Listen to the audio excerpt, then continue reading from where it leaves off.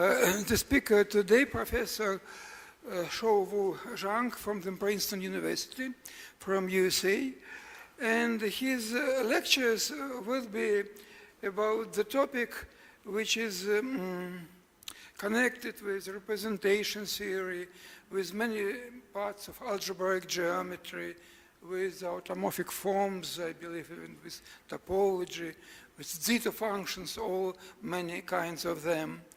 And to many of these fields, Igor Islavich Shafarevich not was only interested in, but he made substantial contributions.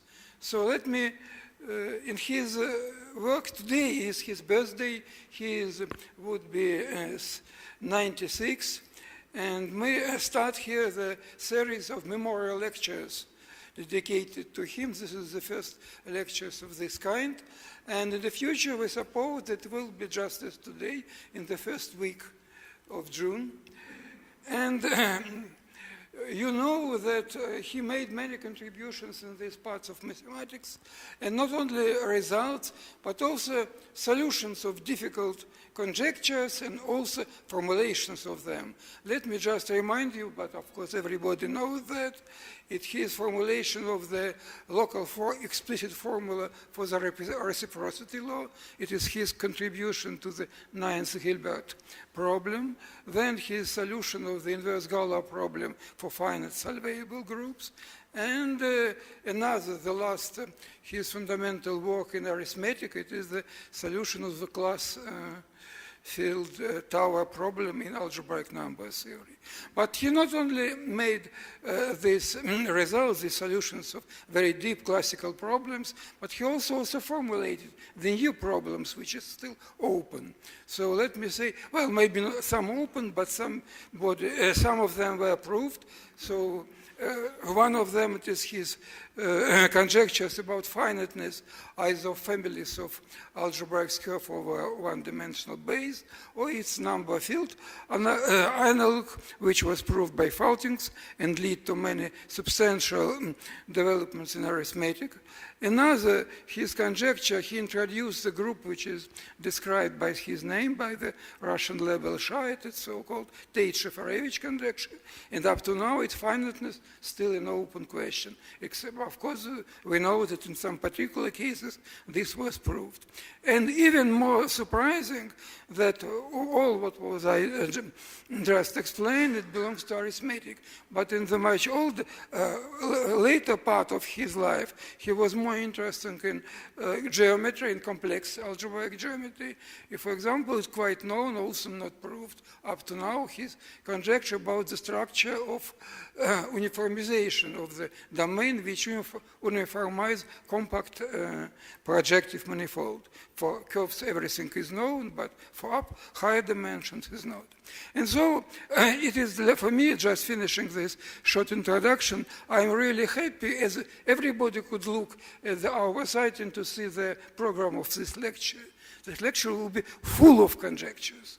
So I believe it's a great success, great lucky for us to see Professor Zhang here who will explain why this conjecture, why they're interested, where they're coming from, and certainly maybe somebody from the listeners of his lectures will think maybe to attack these problems. Why not? Thank you very much. So please.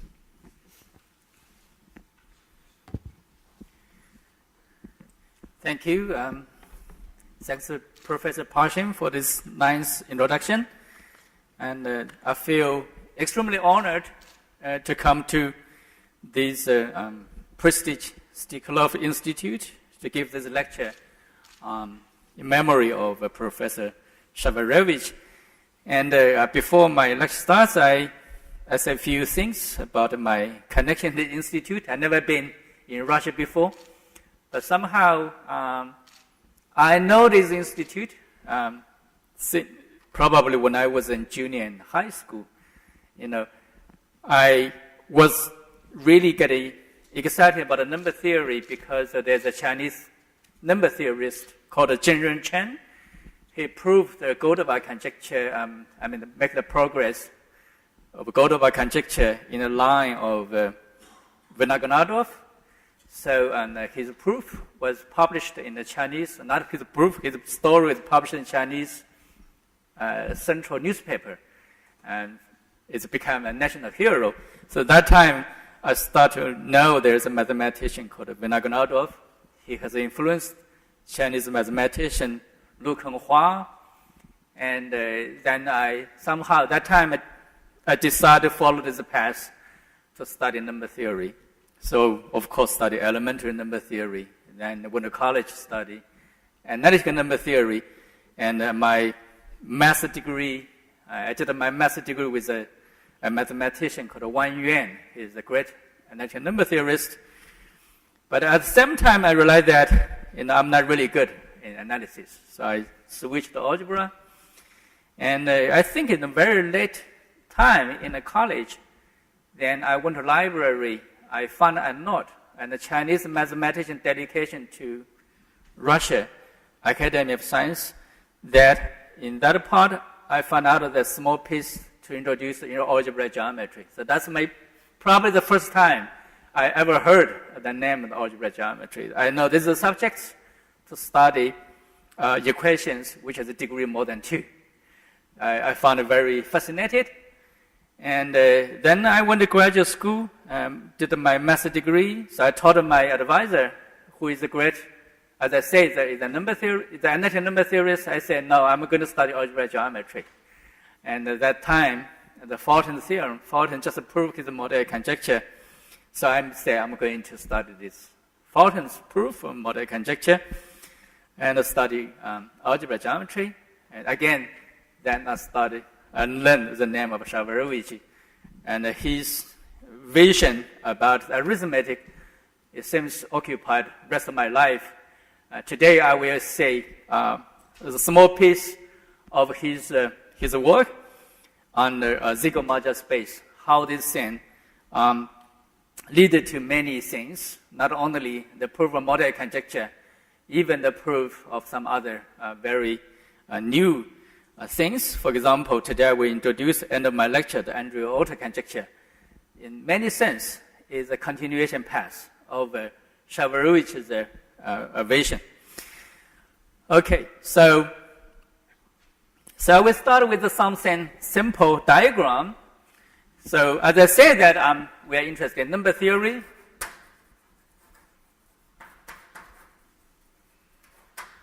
And the number theory have two goals. One is about the Diophantine equations. Other is about distribution primes. And I somehow, when I was young, studied other side. So when you study the Diophantine equations, so naturally you will through algebraic geometry. The reason you do algebraic geometry at least give you some invariance. Otherwise, you just study equations. There's nothing else you can do. On the other hand, if you study analytical number theory, there's many ways to do that. But one thing is pretty clear in the modern days, the automorphic forms.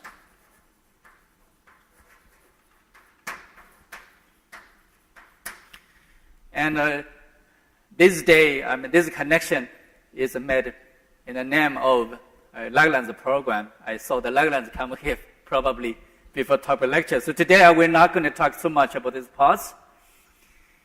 And so these two very different subjects. There are many connections that can go to this way, but they also can do in a different way, something we call the Shimura varieties. So this somehow is a common battlefield for both subjects to match together. So, and Shafarevich somehow he's himself the great algebraic geometer who realized that the number theory can be done in this level. So I'm going to talk something like that. So I will start with a very basic thing, the arithmetic of curves. So with the C, let's start the case of number field. And the C of K is a projective and a smooth curve. So we know when we talk about this language, the more or less is talking about the equations. So for example, you have like AXN plus B of YN equals CZN. So A, B, C is in a K. So this is the kind of equation you want to do. When A and B, C are 1, this is the famous Fermat equation. But don't worry, even that equation is solved. If I put arbitrary A, B, C here, this question suddenly becomes completely unknown. So we have no idea how to solve this kind of equation. So probably you see, if you're a non-number theorist, you see how stupid number theorists are. We could not even solve this equation. And in algebraic geometry, after that, we really believe that the nature. So we want to start C of K. So this is the K rational points.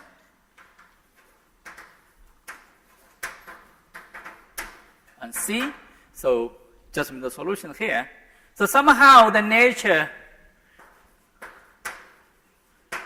of C of K depends on the genus of C. So that's a bit of surprise, in fact. For example, if G equals 0, you get the same. This is G equals 1.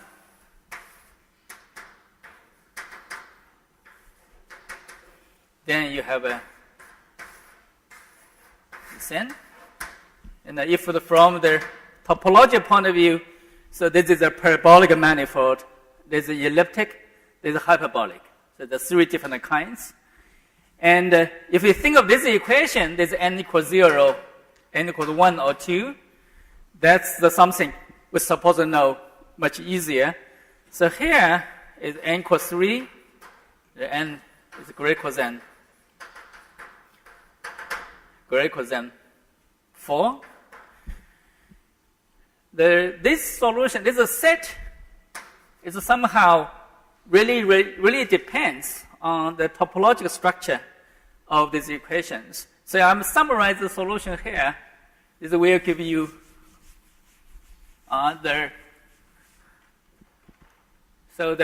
first thing, if G equals 0, we have a pretty easy thing there. C of K is not empty if and only if C is basically P1 of K. So this is just the usual variety. And if and only if C of K is almost like K joined with infinity, then all solution you can get.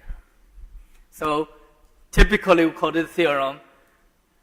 I mean, this is not really, and then more interesting part, this is pretty much, so only one thing is to check this question. This thing, we have the Hess principle. I will explain, give an effective way to check if CK is empty or not. So somehow, in this case, the question about determines the rational points is more or less completely known. When G equals 1 is already very interesting. If C of K is not empty, then this implies that C is an elliptic curve. C has a group structure. Is on elliptic curve.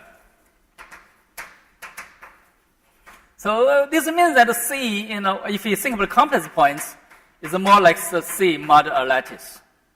If we think about a real manifold, it's really S1 square. So it has a group structure. Then there's a so-called Mordell-Weil theorem, said C of K is finitely generated.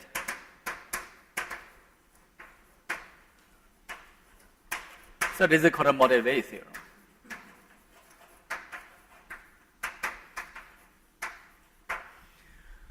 And this theorem is proved almost 100 years. So Mordell proved in 1922. I think the Mordell part, Weil probably 1928, something like that. 6 years later, completely generalize this case. And we just as Professor Parshin just said, we have no effective method to either determine this guy or calculate this group. So we know just this group, C of k as a group, just is some power as a G, it is a finite group. But we have no idea how to determine its rank R. We also have no idea how to determine, give you a curve genus 1. How do I know if there's a point or not? With no effective method.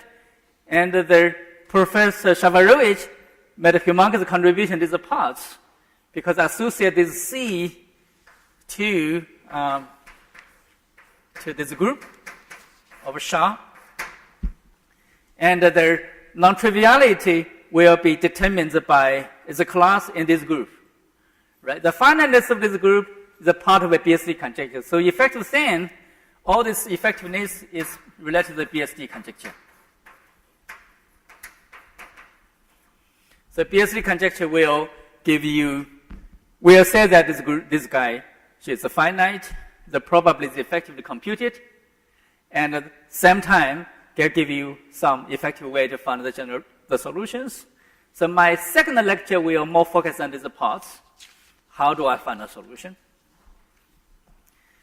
So, I mean, the very example is already too hard for us to understand, like y squared equals xq minus nx. Give you an equation like that. This already goes back to the congruent number problem.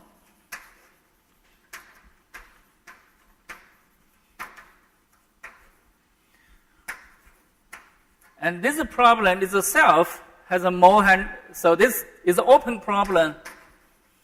The probably more than 1,000 years problem to determine if this equation has a solution. So in fact, this problem, if I put a 432 here, is the question about which integer is the area of the right triangle with 3 sides. So given n, find a, b, c in a rational number such that this area equals n. So this question is already more than 1,000 years, right? So this is the second one, but genus equals 1. So we have no idea about how to check the solution is computable, whatever. This is kind of a question here. So finally, so this is a parabolic, we know everything. Or elliptic, we know something, but still a lot of things we don't know. Similar, when genus is greater than 2, then we have a similar problem.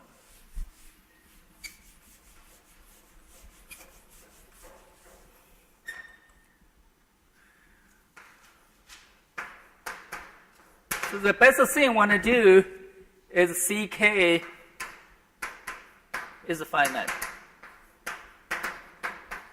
So, okay, so this is the theorem, is the model conjecture.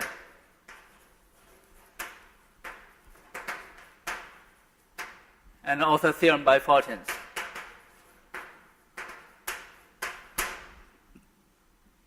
Faltings theorem. Again, so this is totally, so effectivity is still a big question there. So effectivity means that we know the finite. Do you know any method how to find the solution there? We have no idea. But somehow this question is related to so-called ABC conjecture. So if you have A plus B equals C, ABC is an integer with GCD equals 1, then somehow conjecture says that C should be bounded by the product, the P divided ABC, some power. Okay, so the K is some number there. So exists the K is independent.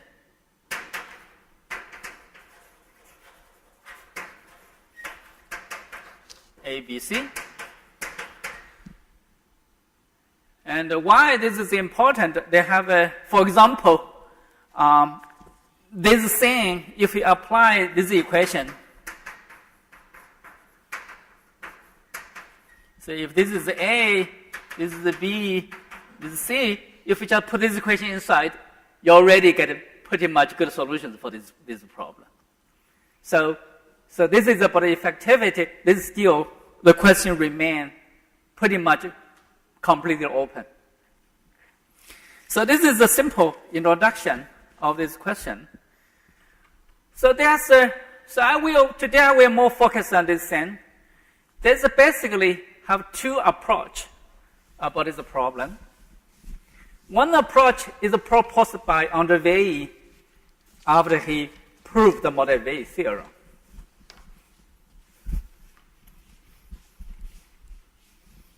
There are two approaches.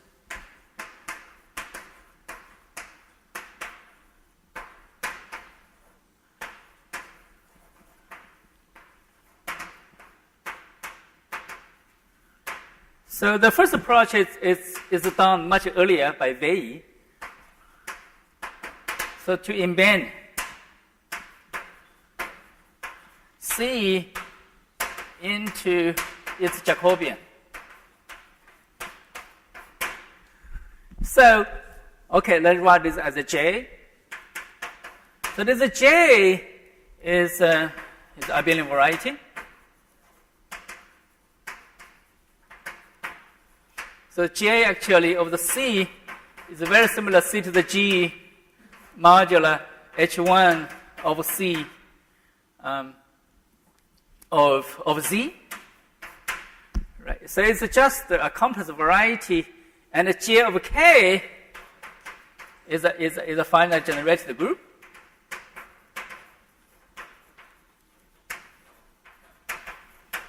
So you have a C embedded J to the K. So the C of K is a C intersects with J of K. So it's a funny thing. So this is like a complex torus. This is like a Riemann surface. You put a Riemann surface inside the complex torus, you make an intersection, right? Then you hope, the second group is finally generated, the intersection is finally generated. And in fact, this method works if this group has a rank less than G, using periodic method, something called a Chapoti method. But in general, we don't know. And this approach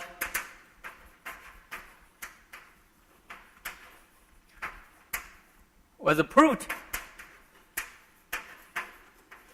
by Poivolta in 1990.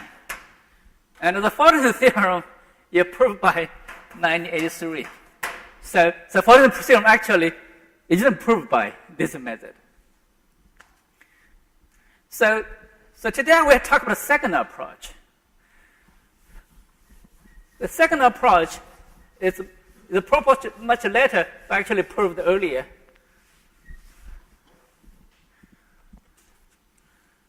Second approach is by Paschen in 1970s. The idea is more complicated than that, but to give you something. So you don't embed C to modular space A of G prime. So this is a moduli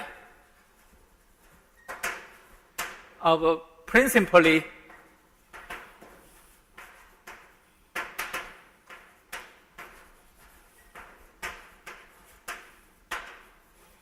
polarized abelian varieties.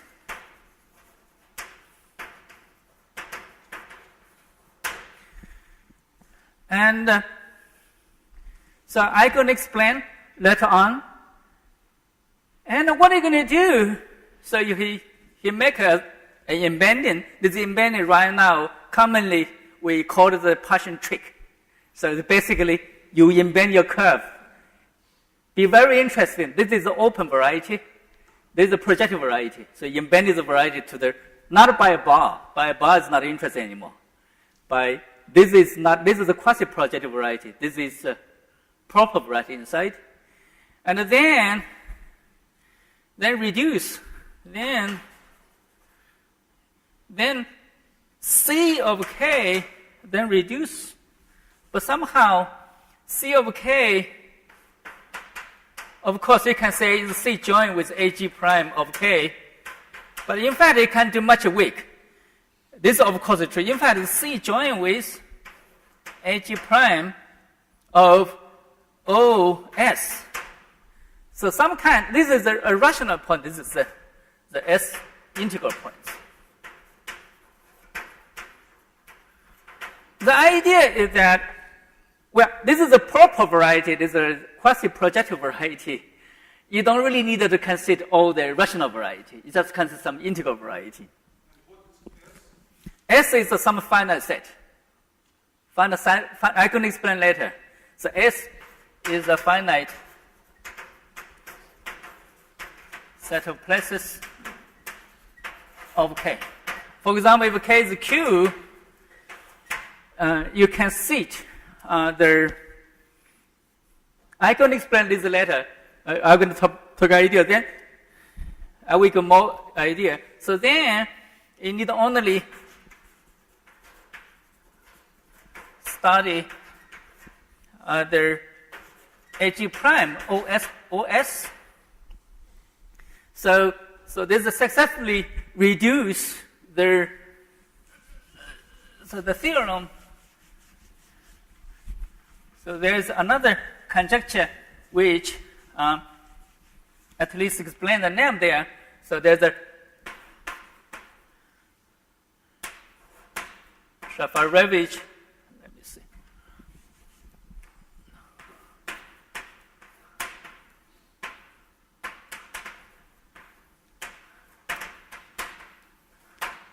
That AG prime OS is finite. So the Parsons trick successfully reduce the model conjecture to the finiteness of the integral points on this variety. Then you want to say, well, you compare the two approaches is very interesting. One is just using abelian variety. One is using another variety. This is a Ziegler modular variety. It's a special case of Shimura variety. And of course, each one has an advantage. The first guy, the variety is much simple. This guy is much more complicated. But on the other hand, this one is much more concrete. Right? It's just, you can know what's going on. So in the left, I can explain this idea in more details. So what this thing is, and what is the thing there. So in more details, so I give you some idea about the Riemann surface. So give a definition. So abelian variety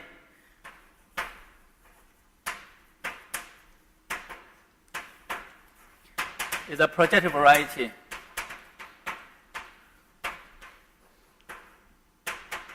with a group structure.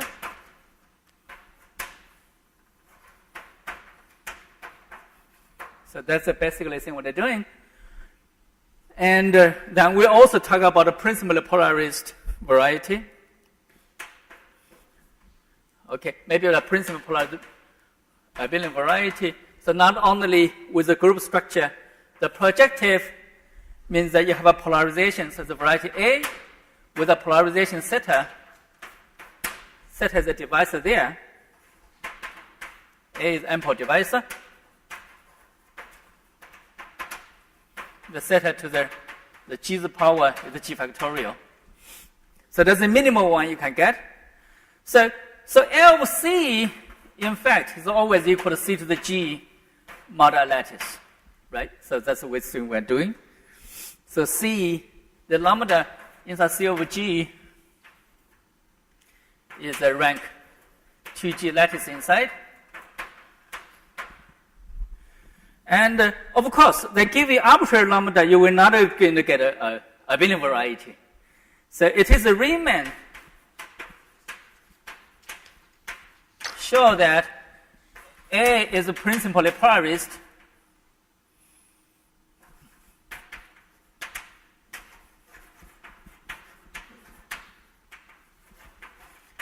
if this lattice has a very special form.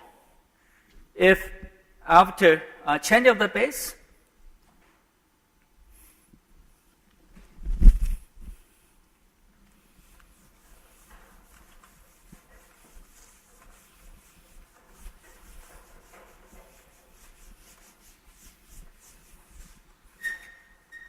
if after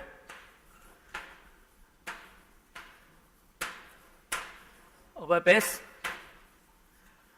and Cn, this lambda can be written as z to the g times omega plus z over g. Okay, so this omega is just a column matrix, omega 1, omega 2, omega g. Okay, so I use, it doesn't really matter, I write this as a row matrix. So the omega I is inside C over G, right? So this, you can think of this as a M G by G matrix. And this omega is a symmetry. And the image of omega is positive, the positive definite. So that's the Riemann theorem. So this is the first thing. The second part is more interesting. So in other words, we have, so if we define the space, the Hermitian symmetric space H over G of all these omega with symmetric,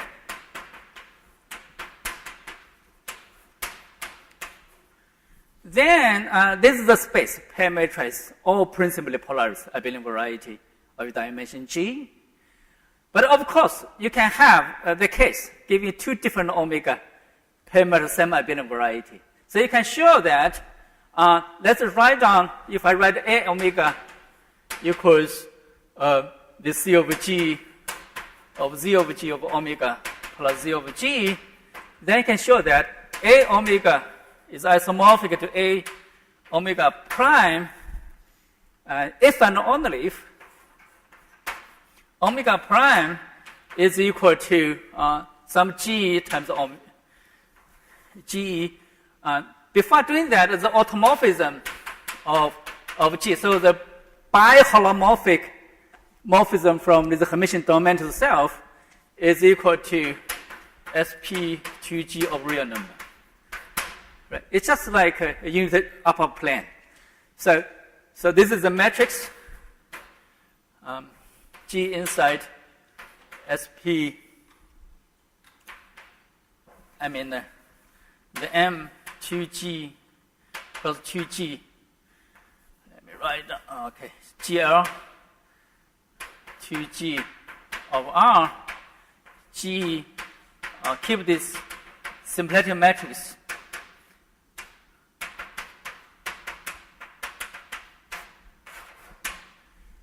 And this thing, if G equals A, B, C, D,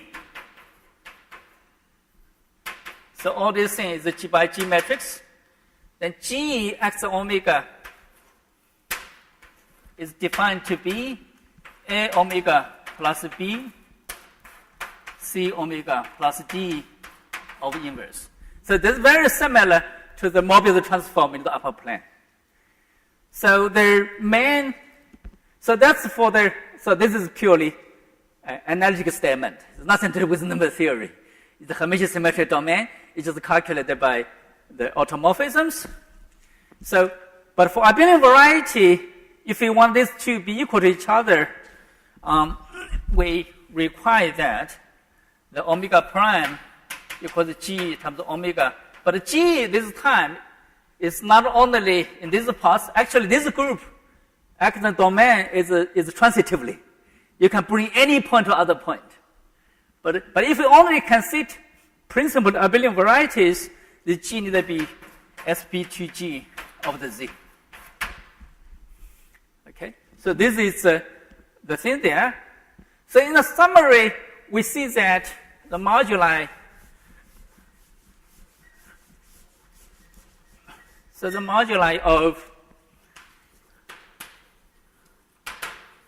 principally polarized abelian variety of dimension G is nothing else, just equal to the upper plane modular sp2G of integer. Right? So this is usually called LG of C. And but there's a few things need to be clarified.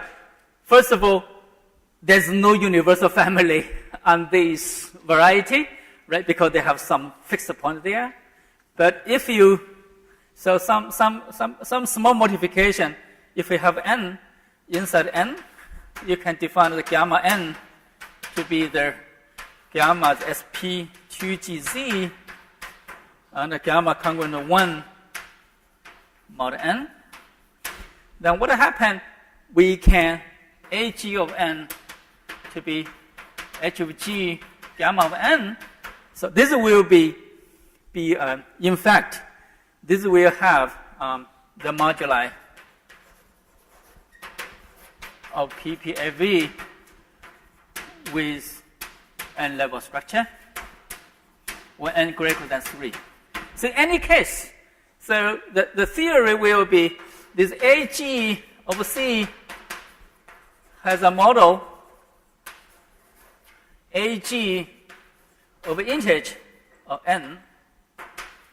If n can be rather n1, n2, n1, n2 are coprime, and I is greater than 3. So you can get such a thing, right? So, I mean, for example, AG12 will be a perfect variety. So this will be a variety of integer.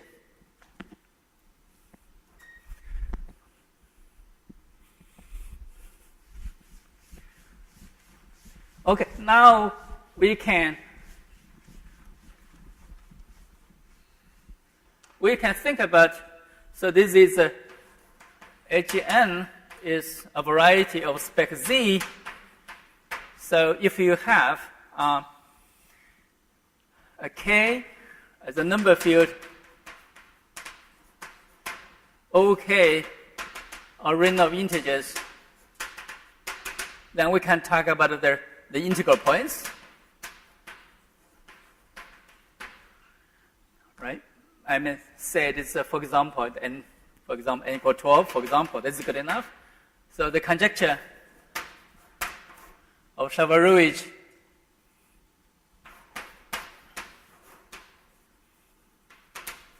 is most AG n, OK, S is finite for any K and any S. So this is a finite subset.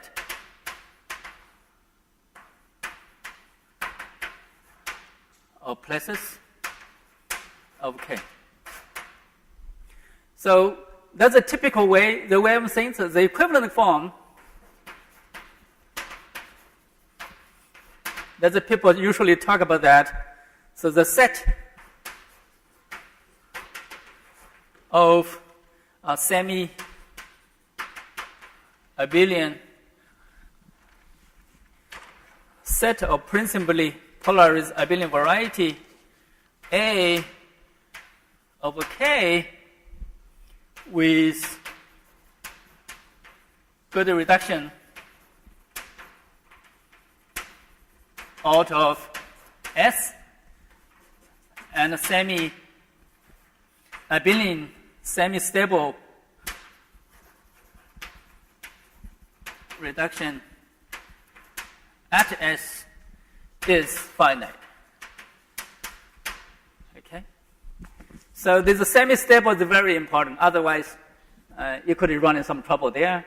For example, you can twist the variety by by a number. And maybe this is not really that important, but typically, probably is equivalent. So this is the same. So this is, you see, the theorem is very interesting. Just give you the first Diophantine property for the modular space of abelian varieties.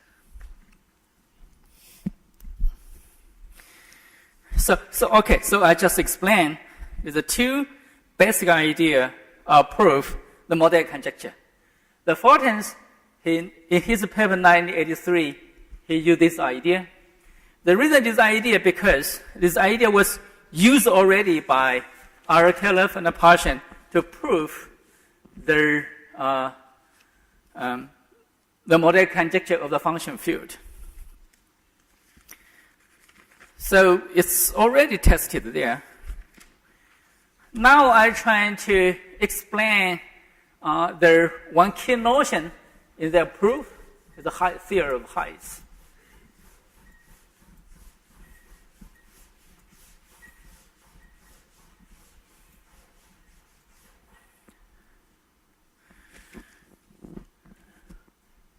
Heights. So the development of heights, is not really surprising. The official code of heights is for the under Weil, his proven model Weil theorem. So I first explain the Weil height.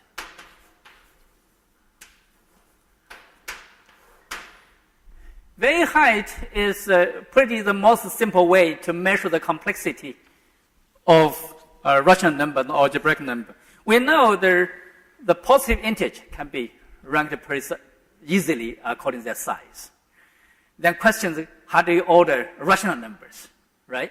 So then you need to define the complexity. So for example, if x is inside the rational number, x equals a over b, and if GCD of AB equals 1, then they define the height h of x to be log maximal of a of b.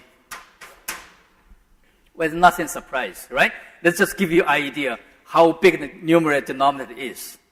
It's also the idea how to put this number in a computer, right? So the time is spent to put the number in the computer should be the complexity. So probably we don't call it height, we call it complexity. And you can generalize this idea to if I write this in a better way, so log of a plus log maximal of 1 and a and b. This will give you a better way. So if x is inside the Q bar, for example, with a minimal polynomial equation,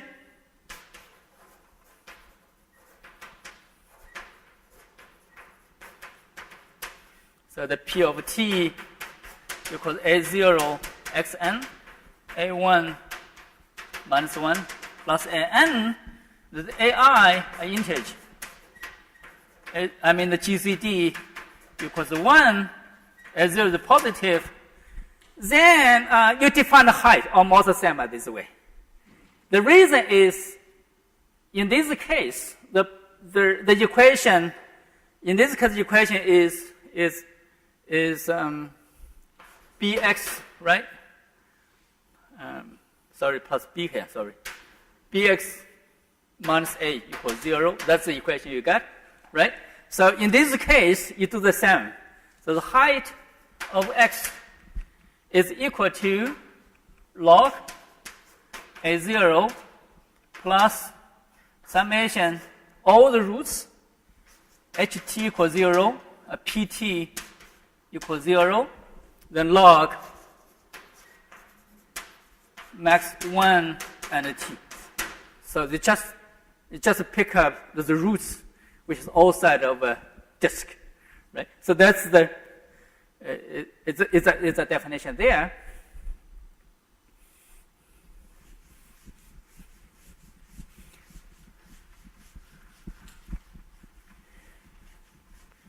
So you fix one embedding of the bar on Z. What? You fix one embedding of the bar on Z. Q bar to no. I take all the roots. Yeah, so X is one of the, it's one number inside. But you take all the conjugates. Yeah, so roughly speaking, it's basically, this guy is all the conjugates of X. But I only took this conjugate which is bigger than 1. Right? But this guy, you're right. I mean, you can pick up, you can take invariant, but this definitely doesn't depend on invariant. Yeah. Okay, so you can extend the definition to Pn of Q bar. Right? I mean, by similar method, I'm using valuation theory.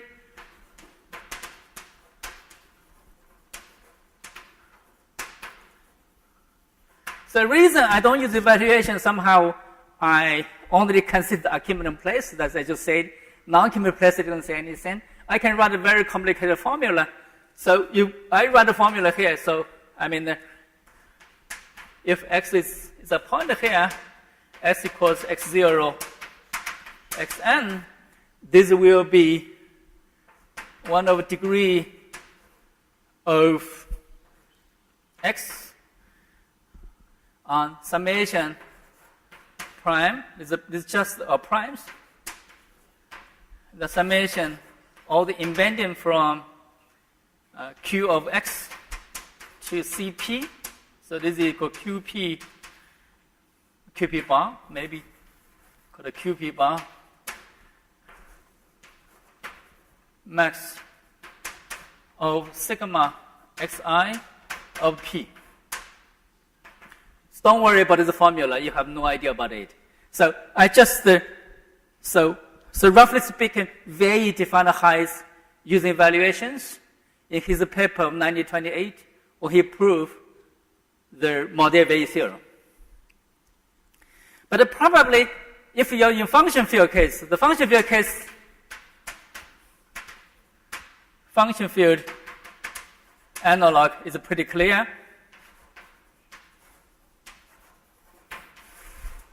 Function field analog is the following. So if you have Pn, so K, say, for example, C of a B, B is a Riemann surface.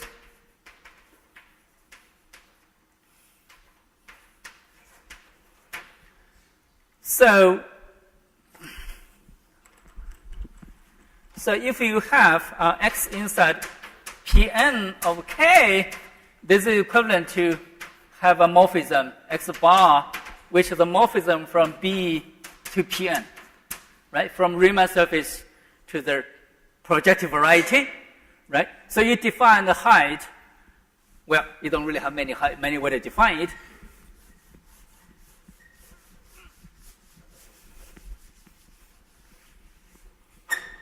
So you define the height of x, or well, the degree you pull back of the bound O1.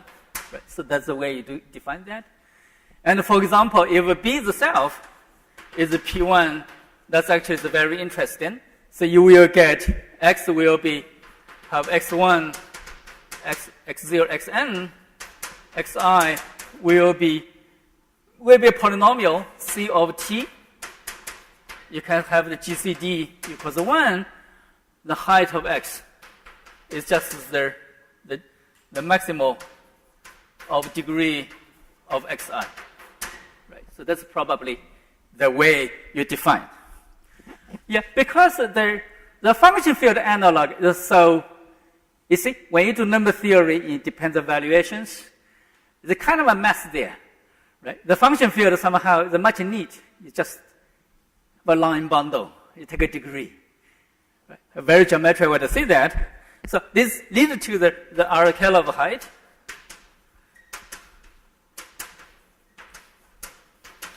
Arkelov height is that, well, to define a height, you needed to define this notion. So the height is really mean that the height should be the degree of some kind of a line bundle. Right? So, But of course, we need to only conceit to make this thing make sense. This line bundle is a polar pattern B, right? So this is a line bundle on spec OK, right? This spec OK is itself is nothing. It's just a affine scheme. So for affine scheme, of course, you cannot define degree if you don't do anything, right? It's just like open space. So before you do this thing, you need to compactify.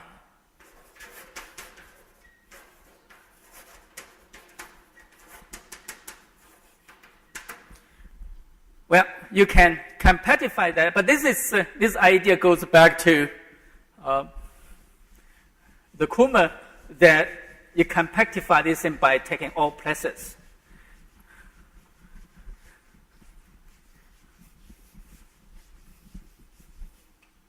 So what the compactification is, so this is line bundle. After compactification, so this is called the Hermitian line bundle. Okay, so it becomes Hermitian.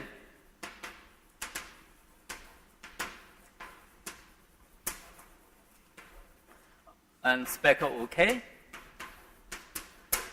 So the K is a number field. So K is a number field. And so the L of spec OK is a line bundle. This equivalent to L is OK module.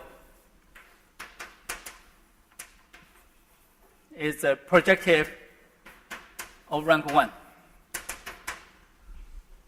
The Hermitian line bundle means that you need to put more stuff. So for each K in Banyan map to complex number, your L tensor OK to C will be a linear space, one-dimensional linear space. C vector space of dimension 1. So you put a norm here. So in this case, I give a called sigma. So this is called L sigma. So you want to put a norm sigma here. So the Hermitian norm at a sigma, L sigma is nothing else. You just take the valuations sigma to a real number, which is compatible with the norm of the complex number, right? It's a one-dimensional space. So the L bar is L collect all the sigma. For all the sigma in many there, it's for all the sigmas is called a Hermitian line bundle.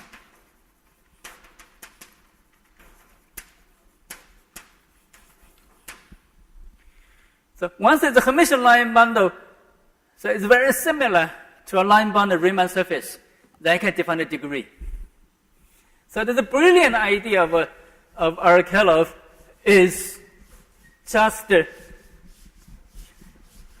so you defined the degree of this line bundle error bar to be, well, it's the same way as we defined it before. It can be defined to be summation all V in spec OK, the finite place. If we pick up a L is a section, it's the same thing as we defined it before. Is all the V of L times log of norm of V, then plus all sigma K to the C negative log of L of sigma. Right? So this is not zero. It also can be written as, if we think this definition is really too long, is equal to log of L, take OK times L. So this will be finite module. Take the cardinality of this guy. Then you can minus log I mean, that's what the Shapiro like to write this way, divided by the product of L sigma.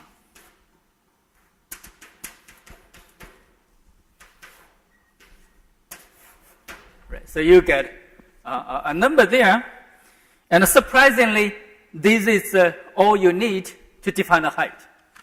The good thing is this definition is pretty much intrinsic. It doesn't really depend on embedding or not. So I give you an example how this thing relates to the value height. It's following the following method. What? This is not an integer.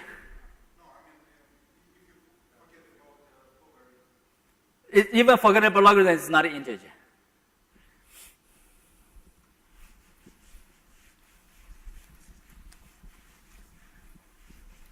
I just give you a few examples. After RLKLF is more interesting. For example, I have a P and a O1 bundle, right? So I say I put this integer as a schema Z here. So I put a norm. For each P, I can put an LP norm, right? How do I put LP norm? But we know this section, right, is just homogeneous coordinates, Zxi, I from 0 to n, right? Or just this xi are homogeneous coordinates.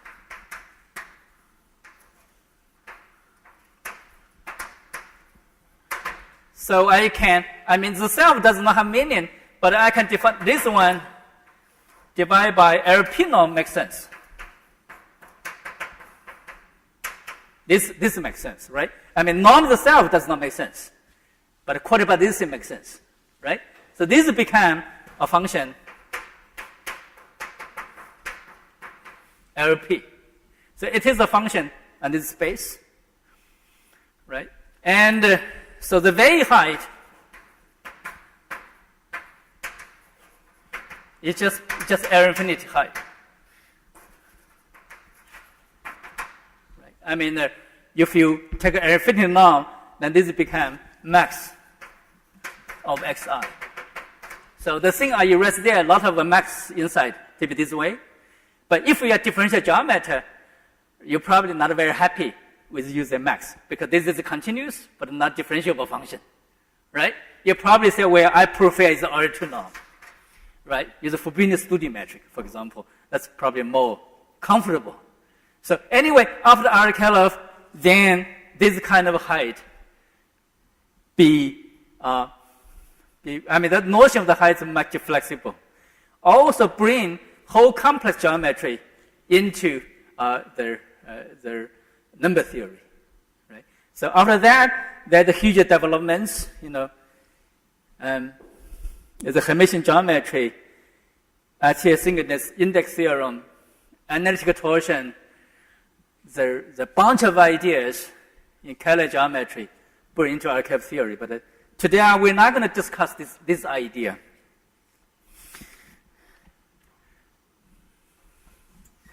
What I'm going to discuss is one very special kind of RKF height. It's called Faltings height.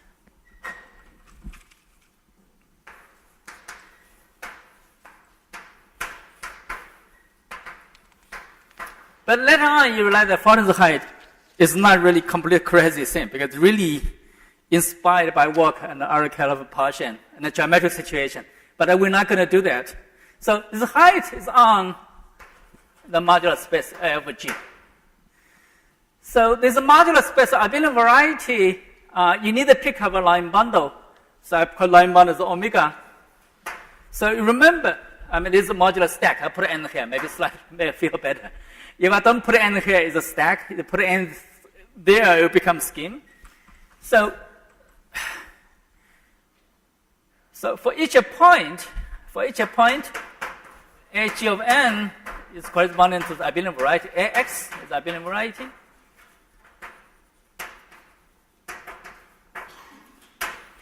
So there's omega with line bundle omega. The omega at x is nothing else. It's just the the highest differential form, the invariant form of G of AX, right? Then you take the pullback, this in. All you can say is a G of Lie algebra of AX by taking the dual. It's the same thing, right? And this is a bundle defined of the scheme. Now you equip omega x with Peterson norm.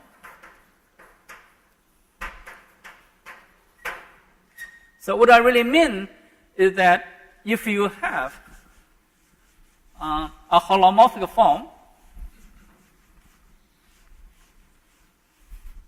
if you have a form is omega x, so that is it's just it's also equal to H0 A omega of G, then at the complex points you can define a norm to be integration alpha, wedge alpha bar A of C, right?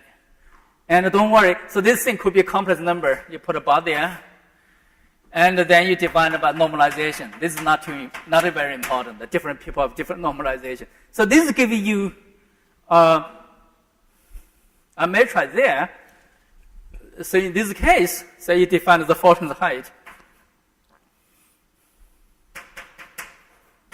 of x, or Faltings height of AX to be the degree of omega x with this norm.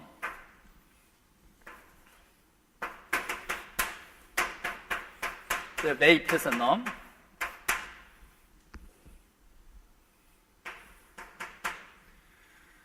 So this is the height used in the proof of the of Faltings proof of Shafarevich conjecture. And after the proof that, then as I said that by partition, you will get the model conjecture.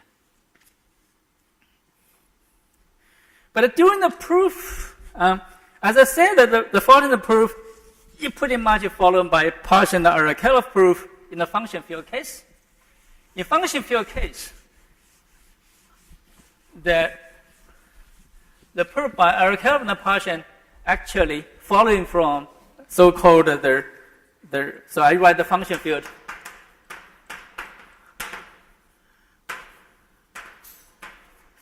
analog. So this is the work of partition Steklov. The idea with the following: if you have A over B, so B is a curve of a complex number. We're just going to complex number. This is this abelian variety.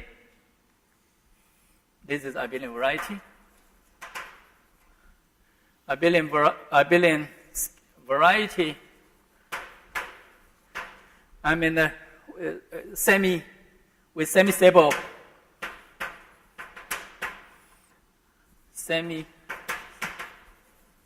reduction. So what I'm trying to say that this each fiber, generic fiber is abelian variety, but it don't expect every fiber abelian variety. Some fiber, the abelian variety it's still a group scheme, but the group scheme is an extension of torus by abelian variety. In that case, called semi-abelian variety. Over B. So in this case, of course, then this is a pi here. Then you push forward omega A over B over G here. This is basically omega. So this is a line bundle on B. So you can define the height. This is probably right. The height you call it Faltings, but this is of course much earlier than Faltings. Is A is just a degree of the omega.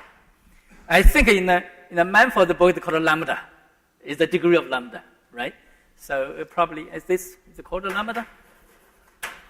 Lambda in Manford book, right? Oh, this is this is as a semi-abelian. So this is not proper. No. Actually, it's okay. Push forward. Invariant form is still finite dimensional. Yeah.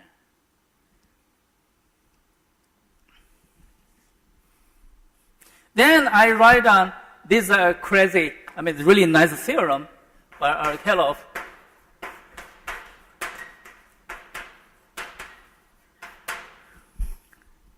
Is that degree of omega, I write it this way, right, is less equal than G over 2 of S plus 2GB minus 2.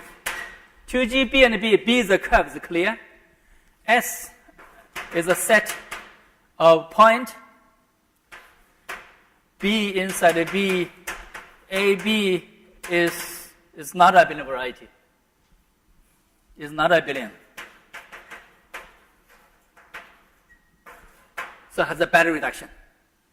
Of course, you can rewrite this thing as, it's just, if you rewrite this thing, it's just G over 2 negative Euler characteristic, take a B and S out. It's the easy way you can write it.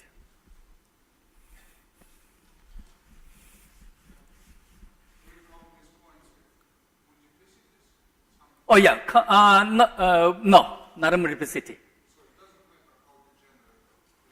Yeah, that's the whole point. Just count one time. Yeah. So this thing is a more or less, if you think of compare this thing with the Shafarevich conjecture, at least from here, what do you get? The abelian, if you fix a B, you consider all the maps from B to AG, right? You get the mapping modular space of maps from B to there. This theorem says that so if you missing, if you think about compare this thing with the Shafarevich conjecture, then this thing already gives you some boundedness of the moduli of a maps from B to the modular space, which are missing S points, right? In this case, so you will get a finite dimensional variety. To prove model conjecture, you need to prove another statement, rigidity. There's no deformation, right? We're not going to consider that part. But this thing itself has a humongous application in number theory. So this is a kind of a strategy that Steklov Parshin want to push to number field case. But unfortunately, this statement is too hard for number theory to do it. So this statement, the number theoretical statement,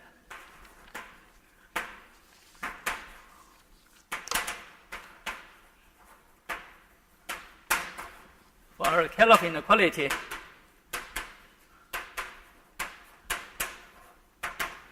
and it almost implies everything.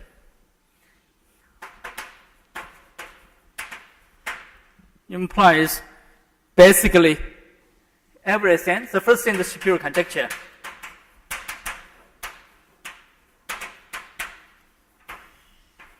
ABC conjecture.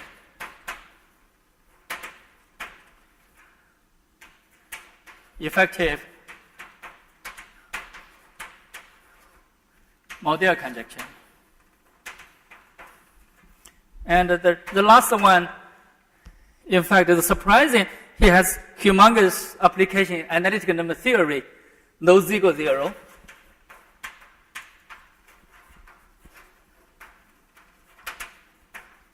Conjecture. So now, this is something I'm going to explain a little bit. Also, at the end of my lecture, I don't have a lot of time left, so this conjecture itself will even prove, in a very, very special case, implies the Andrew-Otto conjecture. So then I explain a little bit more. So before doing that,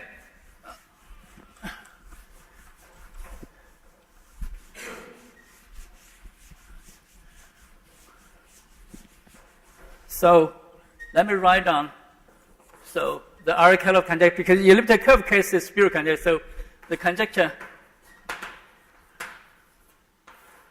So this is by many people Shapiro for elliptic curves, then Partian for general variety because it related to maybe Partian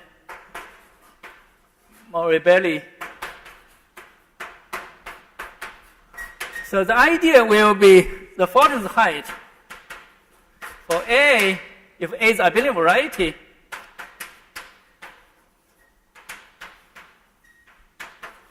K is a number field. This thing should be more or less, I mean, they didn't put this in, less equal than alpha log, let me see, let me write down the conjecture there. N of A plus log of discriminant of K, then plus beta. Okay, this depends only on G. I explained a little bit of them. In the previous inequality, here I have S. You remember? S is the set of places where abelian variety has a beta reduction. In number field case, this means the beta places, but you make a number by multiply, because each point in number field is just one point, not one, it's just a prime. When the prime you have residue field, then you have a cardinality. You multiply them together without a multiplicity. They take a log. So this is discriminant K. This thing is analog of the 2G minus 2. So it's called discriminant. This is the number. So this is the conjecture implies everything. Implies the Shapiro conjecture, ABC conjecture, for the model conjecture, and the no zero conjecture. So that's a big thing in number theory. For example, I will only consider these parts, no zero. What the hell this conjecture has anything to do with analytical number theory? It's because of a following thing. So we can apply the conjecture to so-called CM. I mean, the Partian's idea is applied to the curves inside the AG. But inside the AG, they have very special point. Because you see, once you think of the number theory analog, every point have a meaning, not only the curve inside. So what do you do? For example, we apply into the CM abelian variety.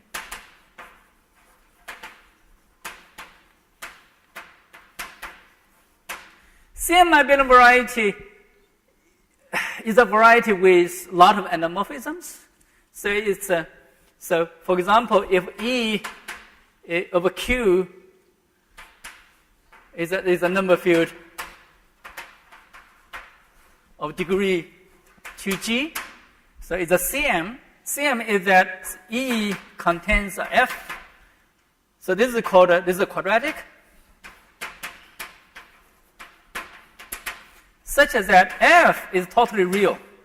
So when you turn the real number, is R to the G. E turns the real number, becomes C to the G. So it's very similar, the real number, the complex number. This is called a CM field, right? So all the places are CM.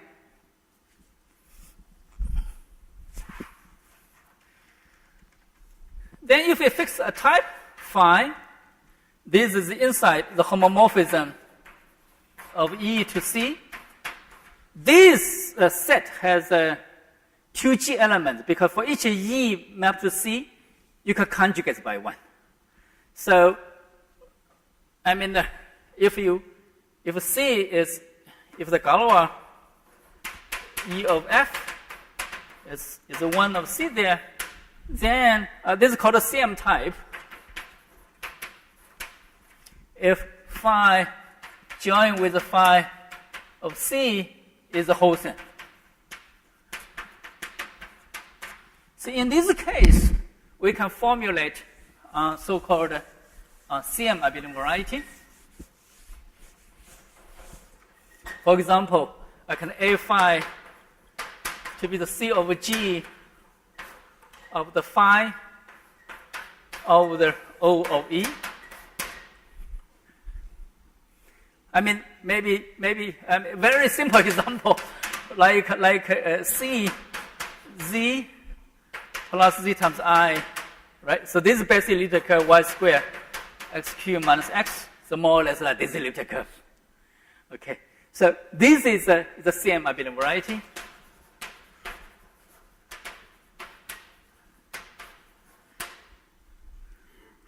And you see, it's just like, maybe some people study variety with rigid structure. This variety has no deformation at all because you put this inside. So the modular space, this kind of variety is zero-dimensional. So every point is automatically defined of a number field. So this variety are defined of a number field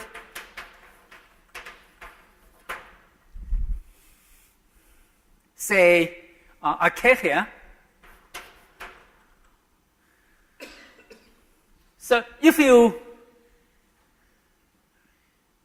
apply this conjecture, the apply to H of F phi, so this basically will give you upper bound. You see, this guy has no bad reduction at all, always a good reduction, with a good reduction everywhere.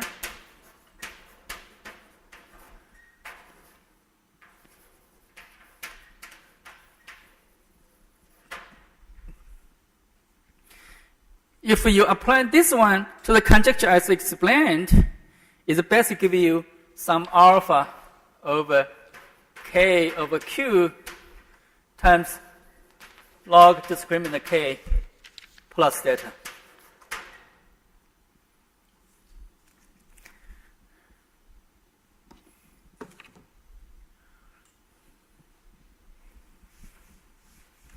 Okay, so I just applied this conjecture for these parts.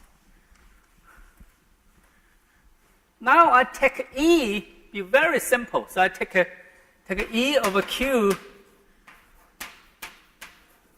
quadratic imaginary. So I get the A to be C mod O of E, just for this guy. Then HAA will be less equal than this K will be a Hilbert class field.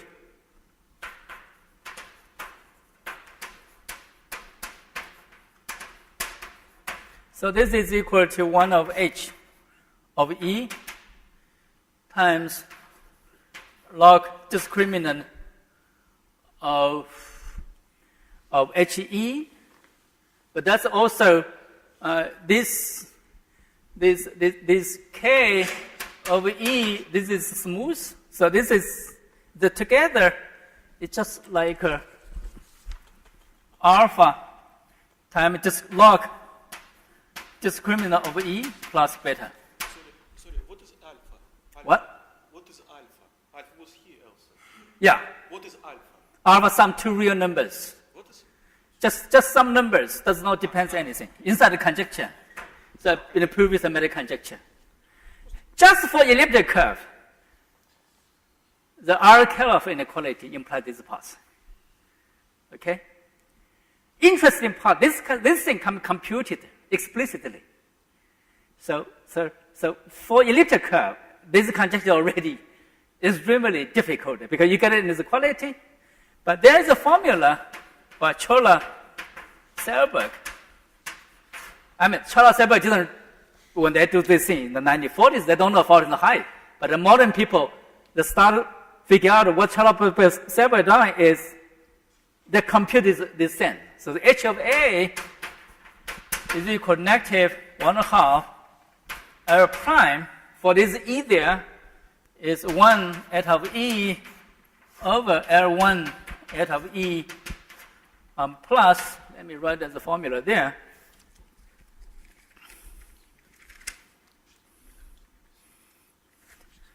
minus 1/4 of log D. D is the discriminant. Okay, this delta E there. Okay, the combination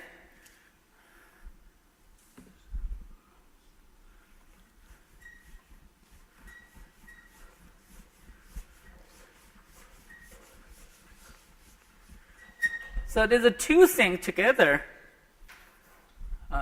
implies, so the conjecture of the no zero zero.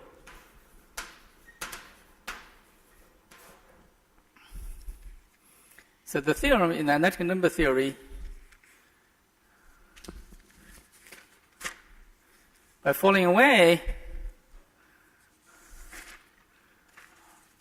if L S eta equals 0, then okay, let me see, can I do?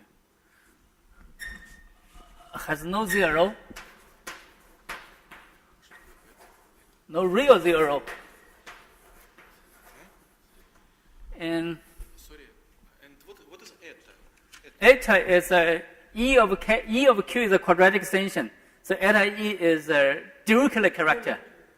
Yeah. So if E is Q joined with square root of D, and this will be D. Sorry, this will be D. This is directly a function. Yeah.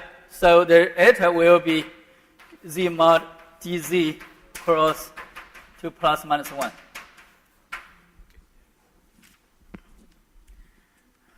No real zero in the domain in the region 1 mod C log of D log is 1/10. So just show you, give you some idea how powerful the conjecture is. Now, how also give you an idea why the Arkelov and Parsons approach cannot be relied directly. Because if you rely directly, you're going to prove everything in number theory. Right? So that's why it's so hard. Why Faltings have to do something in a different way. Okay, so this is the same. So very last moment, well, it looks like we go to the end of the world, right? We say, this conjecture is too hard, we cannot do anything. But they have something else we're going to do according to this line, in particular for this line. So in fact, we define the Faltings height. We never say how to compute the Faltings height. It's really hard. So there is a generalization about. So there's something in the Colmez conjecture. So this is a direct generalization of this kind of thing. So roughly idea is that for any CM type phi, this H A phi actually can be computed directly. This is something look like the summation of the row, this A row and phi. We're not going to write it. The L prime row 1, L row 1 plus 1/2 log f of row plus 1/4 of log 2 pi. I'm not going to explain that. So this one is Artin representation of Galois group Q bar of Q. This is some explicit constant. You can compute directly. And but so far we don't know how to calculate this thing. And a few years ago, then there are two groups of people. We didn't prove this thing, but prove something slightly weaker. It's called average Colmez conjecture.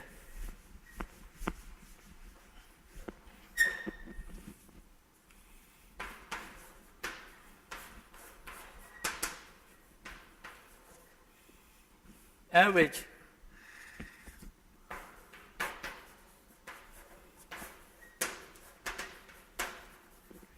so you fix E and phi as before. You consider all CM this type. They are totally 2 to the G CM type. The reason is for each real place you have two choices. So if a summation of H A of phi for all phi, then take an average 2 to the G. These has a beautiful impression. The next L prime eta 0, L eta 0 of half here, then minus 1/4 log of discriminant E of F, discriminant F here. So the eta is AF cross of F cross plus minus 1 associate to E of F. So it's this formula is exactly the formula, I just erase it, the Chola-Seberg formula. Then say, what's the hell, why this formula is important? This formula is important is that, well, we cannot prove this Parshin-Arakelov inequality in number field. But once there is a formula here, then we kick the ball to the analytic number theories. Come on, this is the side. Analytic number theory, can you give us something there? They actually can prove something. They prove something extremely weak, but it's already very non-trivial. So, for example, the conjecture itself said this should be alpha log delta, right? Plus delta E plus beta. This is the conjecture. Okay? And what they can prove is the following. If you apply Brauer-Ziegel theorem, if you apply, so the corollary that H A phi is less than delta E some epsilon power for n epsilon bigger than 0. So this applies for Brauer-Ziegel. Of course, I mean, conjecturally, this side should be log delta E. And yes? So in conjecture, there was logarithm of discriminant of the field over which they derivative right? The ability has a good reduction, so only depends on field. Yeah, so that was called capital K. It's not the compactification, it's the field of definition. Yes, this is only for compactification. Yeah, but I mean, in the conjecture, we take the assumed of which field? Of the field. For conjecturally, we let me forget these parts. So this is the corollary I want to write down. Conjecturally should be these parts, this side. Shouldn't it be the field of definition of the field? Log of discriminant of the field. E is which field? The field of compactification to the definition. Yeah, if you have a compactification, you have totally 2 to the G different CM type. Abelian variety only depends on CM type. So more or less depends only on the field. For CM abelian variety.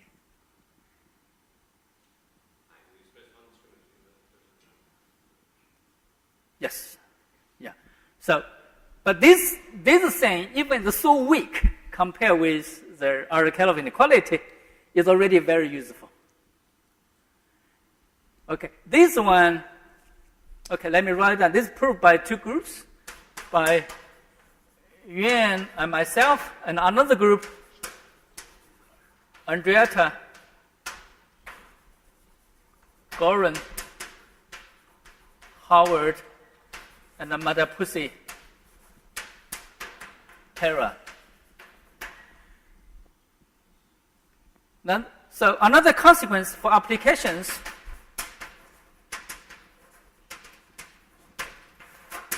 application is very weak Arakelov inequality. I just mentioned one thing. One thing is that, okay, so there is the following. So the K over Q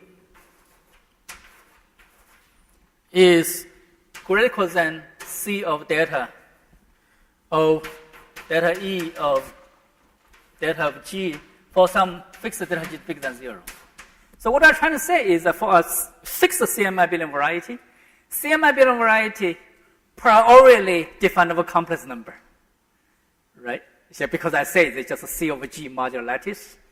Then you apply the theory of Taniyama Shimura, say my CM abelian variety define a number field. But you have no idea which number field you can define, right? So there, this thing said the number field cannot be very small, at least as big as this thing.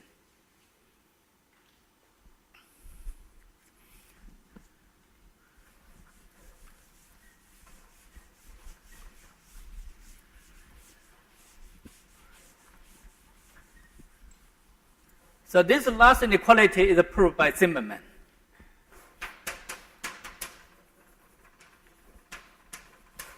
And it's proved by it is inequality and another theorem in number theory by Math-Net.Ru.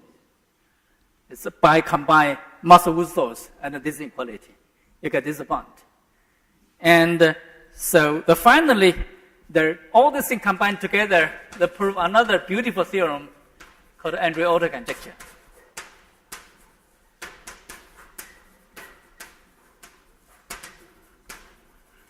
For AG. This theorem is purely complex in nature. So let X AG be an irreducible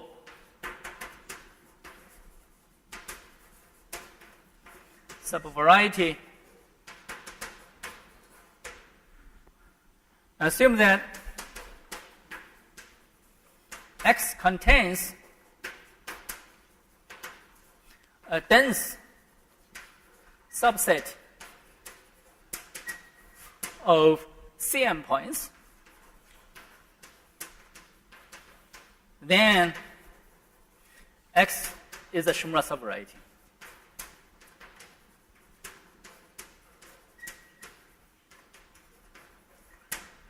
So just prove another amazing results. So what I'm trying to say is, at the very beginning, I say AG is more or less can be constructed by the symplectic group. The Shimura subvariety means that, well, is more or less, let me write down what does it mean.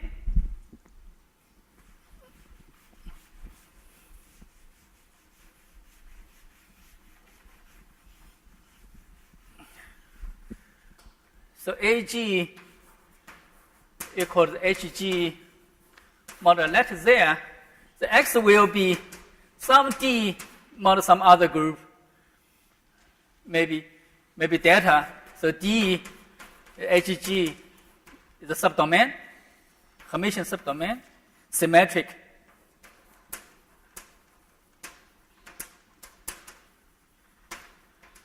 Hermitian domain, the delta is a discrete subgroup. So more or less say that your subvariety has a similar construction. So it's more or less same as the delta will be, so this is HG will be SP2G of real number modulo the compact group UN, probably something like that, UG, right? And the D is similar, some subgroup G mod K there. So it's a similar situation. So this is it is approved by many people, Piller, Zanier, and Zimmermann. So it's a really accumulation of many different ideas. Sorry, this is related because the scene points are the fixed points of the integral. Right. Yeah. But No, just right, yeah. not a proof, but just a first step. That is true. Yes. Okay. So I should stop my lecture here. So whole my thing is that this Arkelov inequality is in the key thing in the proof of the function field model conjectured by Parshin Arkelov, whose analog in number field is extremely hard statement. But nevertheless, it still can play around. But the way you play around is you make a connection to the error functions, right? Once it's in the maybe some statement analytically in the error function world can tell you something, what's going on, and you get some very weak statement. But even this very weak statement can have tremendous application to diverging geometry back to the Ziegler module space. Okay. I should stop here.